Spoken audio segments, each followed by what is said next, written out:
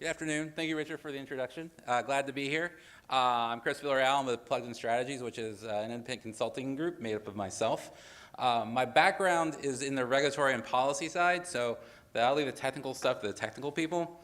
So I'm going to talk largely about the importance of data, but again, my background is in regulatory, so it's about regulatory policies that impact the way data is generated, collected, and then ultimately used.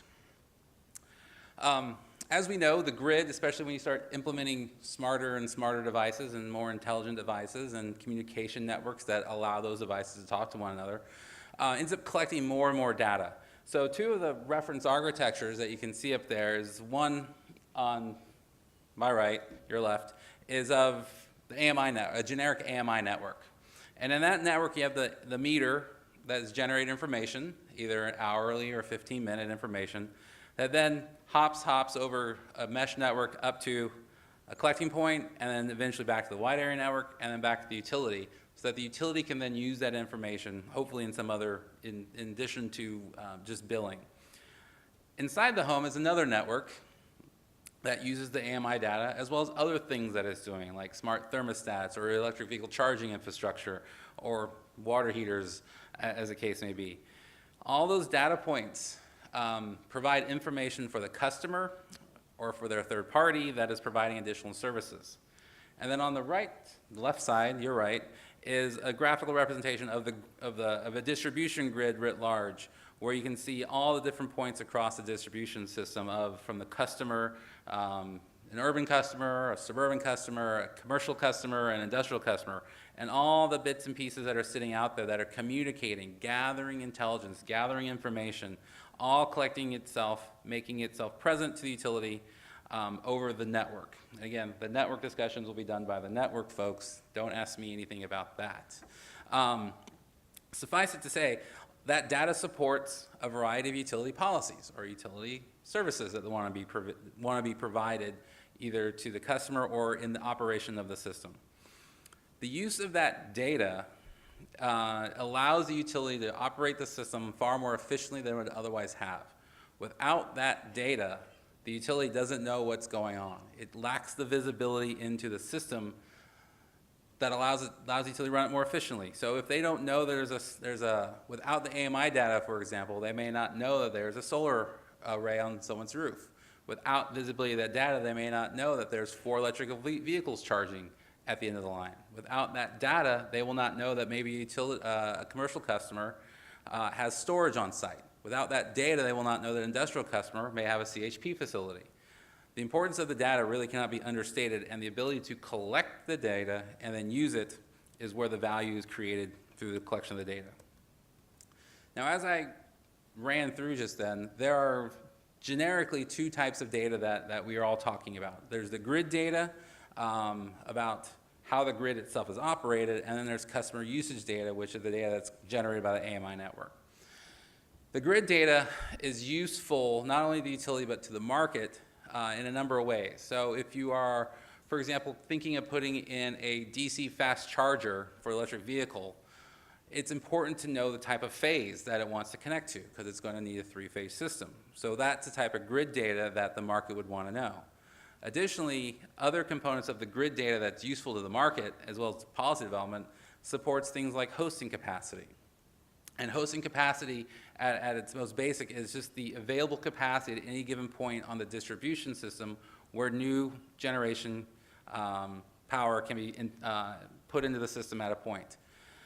Again, without the visibility and the data, the utility doesn't know that. And if the utility doesn't know that, then the customer and the market don't know where to efficiently put rooftop solar or other community solar installations across the system. A third component of grid data that you'll see talked about is daytime minimum load. That requires more real-time visibility around the SCADA networks in order to understand what the daytime minimum load characteristics are of a distribution system. Again, that is a component that's used to measure interconnection. So if you have a larger solar system that you want to put onto the system, knowing what the daytime minimum load is a really important data point for the developers. On the customer side, the customer pays a bill. The bill is made up of a rate and usage, and the multiplication of those two results in the cost. Knowing how much you're using in the kilowatt hours and the kilowatt cents can assist customers in better managing and understanding how they are consuming electricity. When you pair that with the billing information, as well as additionally location, then the customer can get a greater sense of how they are consuming energy, when they are consuming energy, and if they are on a time variant rate, steps they can take to save, conserve energy or shift energy to another time period to lower their total usage. Both sets of data come with privacy and security concerns. The customer side has a lot more privacy risks than the grid data, with some exceptions, but both have some security concerns that are appropriately you need to consider around them, which we'll get to next. So what are some of the uses that we're seeing around both buckets of data?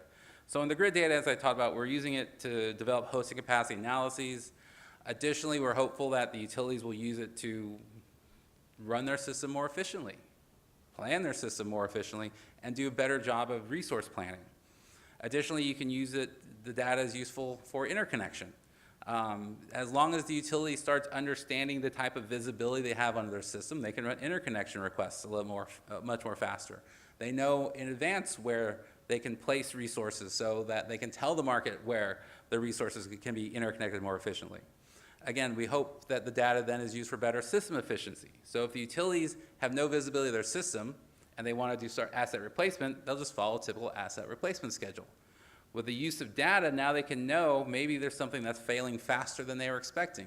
Maybe the system, maybe the asset they want to replace can last a little bit longer because it's on an underutilized system, whereas a newer asset on a more highly utilized location may need to replace faster.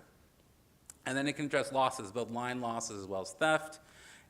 And at a minimum, it provides greater visibility in the operations. And that really becomes the key component of looking at a grid, modernized grid. On the customer side, they'll get the information and use it to perhaps invest in more efficiency, more energy efficiency uses. We can use the data to develop better demand response programs, products and services for the system, as well as additional customer services around things like voltage management.